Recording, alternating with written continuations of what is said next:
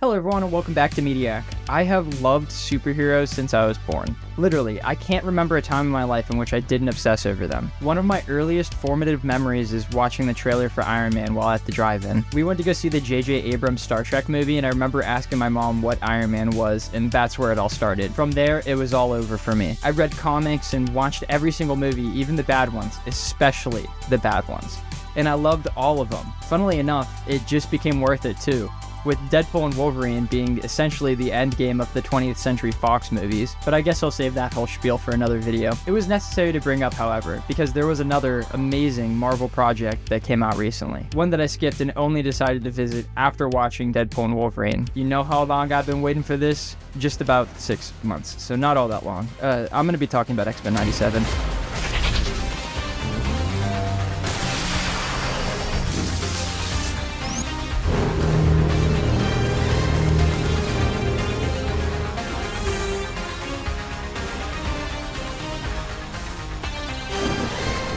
So here's how the video is going to play out. I'll separate it into two parts. First up, I'm going to talk about the show and talk about my favorite and least favorite parts about it. Then I'm going to talk about some other shows and see how it compares and just talk about adult animation overall.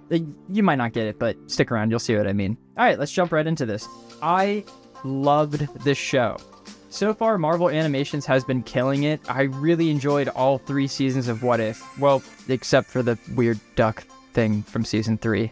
But this show is simply one of the best things Marvel has made since Infinity War. I haven't really read a whole lot of X-Men comics, and I haven't seen the original X-Men TV show from the 90s. These being the biggest reasons why I didn't watch the show earlier. While I was on vacation in May, link in description, I watched a handful of the very first season's episodes on the plane ride, and I loved them. They were shockingly good. But for some reason, I just straight up didn't keep watching it. No idea why, I have a weird brain. One day, while I was watching One Piece with my mom, we decided we didn't want to keep watching it. She was on Fishman Island, and honestly, we both just needed a break. When looking for something to watch, we stumbled upon X-Men 97, and I just said fuck it, so we watched the first episode. I was a little worried because the only knowledge my mom has is of the X-Men movies.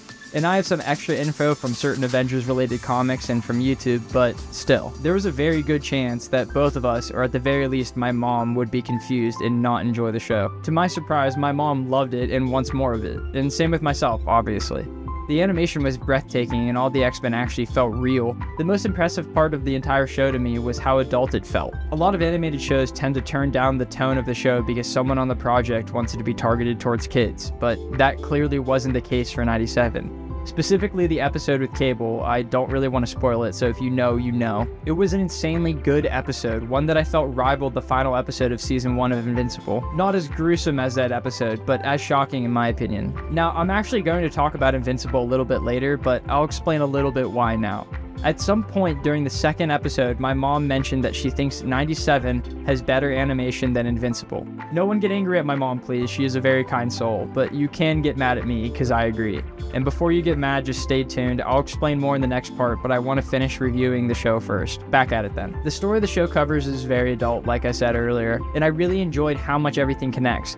There really wasn't any wasted time, and everything came back to mean something, and it flowed in a way that wasn't confusing, which I guess is just a wordy way of saying that the story was tight. I'm sure it comes from a comic in some fashion, but it's still impressive the way that they were able to adapt it all into a functioning story on the silver screen.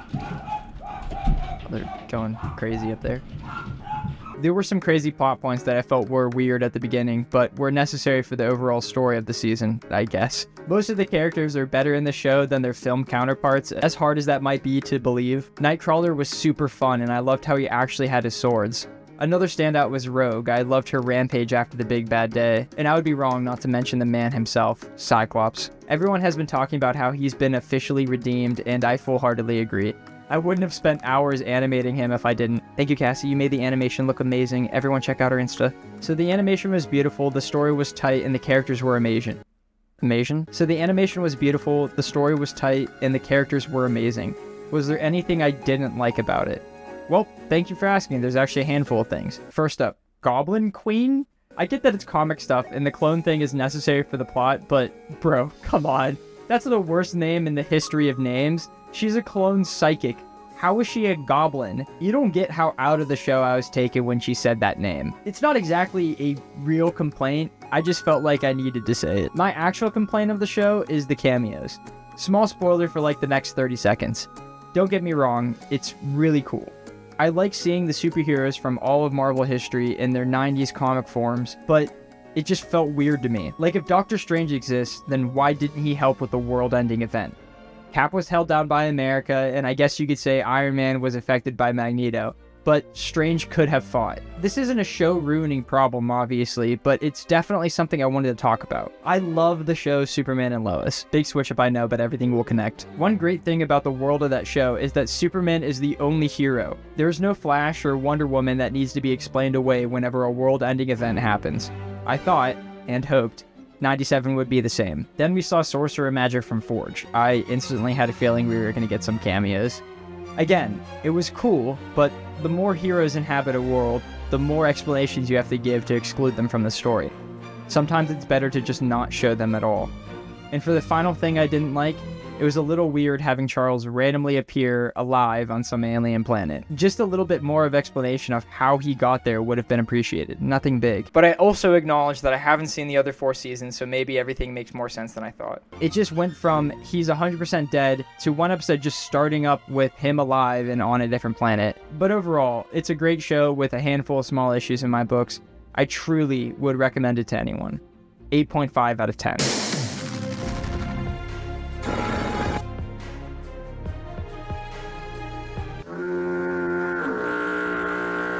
Alright, this is the section of the video where pitchforks are allowed, but only if your partner is holding a big stick with an unnecessarily large fire on it. Okay, I think I need to clarify the title card just a little bit. I specifically mean American animation. I'm a huge fan of anime and will be using some anime as examples. Like, soon I'll be talking about my opinions on Attack on Titan. Bull. And I'm also only talking about the animation of the show, not the story at all. We're gonna start in a weird place. Ever since I was a kid, I was pretty snobby whenever it came to animation. I honestly kind of am. I would never recommend the One Piece anime to someone because of the shitty animation and the shittier pacing, even though I think it's the greatest piece of storytelling in the history of mankind. Moving away from peak, CG was always my limit whenever it came to watching a show. I watched old school Dragon Ball and Z, but if I was watching a show and they had the gross CG stuff, you lost me. And that's honestly kind of still where my opinion is. I don't fully stop watching a show because of it anymore, but I definitely do take some points off if it looks gross. Case in point, Attack on Titan Season 4 Part 1. I don't know how people feel about the animation drop-off, but I absolutely hated it. Seasons 1 through 3 are beautiful. I can't even possibly express my disappointment whenever I started Season 4. It made me finish the series through the manga. It definitely picks up, but that initial disappointment rests in my brain like a core memory. Hey, it was Zach from the editing bay here. I just wanted to come back in and say that my opinions about the Attack on Titan animation drop-off were from back whenever I initially watched it. Upon rewatch, whenever I am doing the edit, it actually looks pretty darn good. I think it was genuinely just the initial disappointment from some of the most beautiful animated moments I've ever seen into not that, but it still was pretty good looking for the most part for CG. Why are you even bringing this up? Be patient, it's my video. CG is a tool. Like how there have been thousands of other tools to help improve 2D animation. When the tool is used in a rushed way or just straight up used poorly, it's noticeable. But that doesn't mean the tool is bad overall.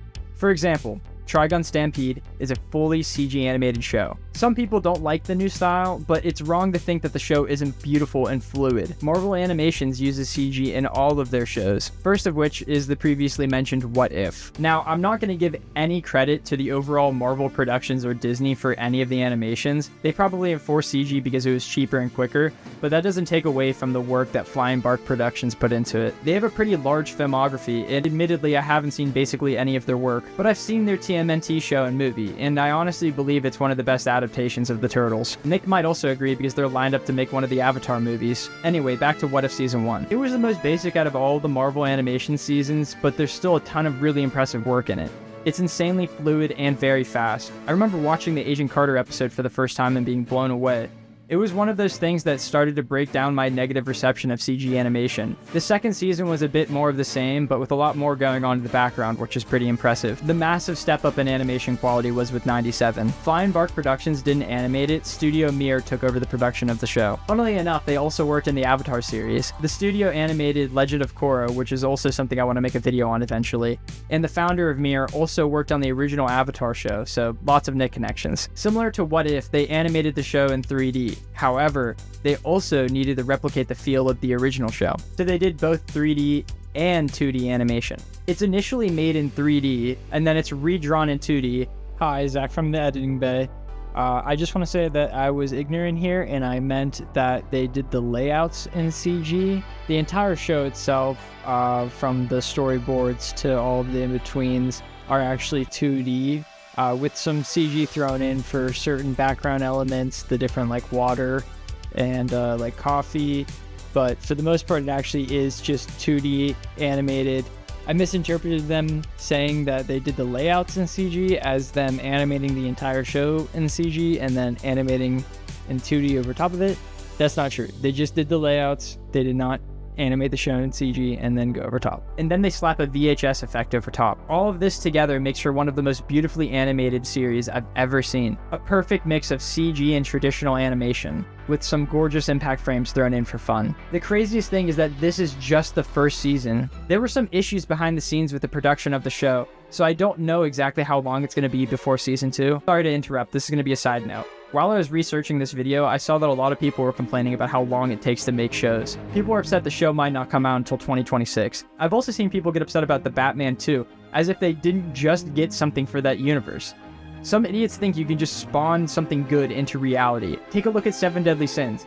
That show had an insane drop-off because people just wanted it out quicker. Now I have a question. Would you rather a fast shit show or a cohesive and consistent show? I mean, take a look at Invincible. Yeah, Season 1's animation wasn't perfect, but after over 2 years, the animation improved stayed the same. We waited over 2 years, and then a 6-month gap, and the animation didn't improve at all.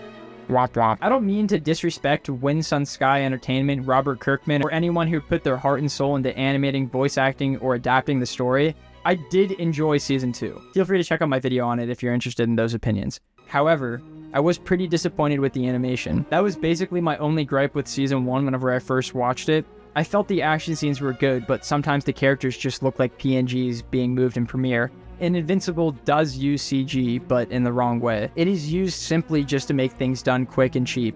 But that doesn't mean it also has to look bad. But like I said earlier, this would be forgiven if Season 2 improved. And they added impact frames during the fights, but there just weren't really any other improvements. And I did love and appreciate the animation joke where they talked about how hard and long it is, but making a joke about the issue doesn't fix it. I don't care that it was taking a while. I care that it was taking a while and it doesn't look like its competitors. Competitors that need the same amount of time and resources, but look 10 times better. And it's so noticeable that my mom noticed it. Invincible is too good of a show to let What If, XMen, and now even Creature Commandos outstage the animation department. I'm about to sound really mean, but I'm sorry, I'm just being honest. Kirkman, Robbie. Can I call you Robbie? Alright, Robbie. Let's take a look at the studios that animate the shows that I've mentioned. What If? Animated a new TMNT and a ton of other movies and shows. XMen 97. Animated Legend of Korra and a ton of other movies and shows. Creature Commandos. Didn't work on a whole lot, but has a few shows under their belt, like Captain Laserhawk, which is dope. Now let's look at your company. My Singing Monsters, Fandemonium, Summoner's War, Roblox, Camp Bonkers, Future Chicken. The only other thing that Wind Sun Sky has apart from Invincible is a series called Cyclops, and I wasn't blown away by the trailer. And I don't mean to sound rude, but Invincible is one of the biggest IPs in the world right now. The show and the fans deserve a better animation quality than phone games. The sad thing about all of this and everything I've said is that Invincible is good animation compared to the rest of American adult animation. I sometimes forget about the other shit shows sitting at the bottom of the barrel. We've made a decent amount of good adult shows, but I feel like for every XMen 97, there's 20 Paradise PDs. Ever since I was a kid, I loved animated series that treated the audience like adults. I've mentioned it a lot, but Avatar is one of the first TV shows I actually remember watching, which is pretty crazy to say. I feel so lucky that I started with such an amazing show. Avatar set the bar insanely high, which is crazy because it's a kid's show. It's just such a shame that the barrier for entry is so low for adult shows. But hey, good shows require effort and intelligent writing. Adults don't want that stuff. Now it's time to go watch the next episode of Season 23 of Family Guy. My favorite. I hope everyone enjoyed watching. After writing this, I realized I basically only talked about superhero shows for adults. If you have any other adult animated projects that aren't superhero related, feel free to comment below and maybe I'll make a video on it. Alright, hope you guys enjoyed. See ya. Please subscribe.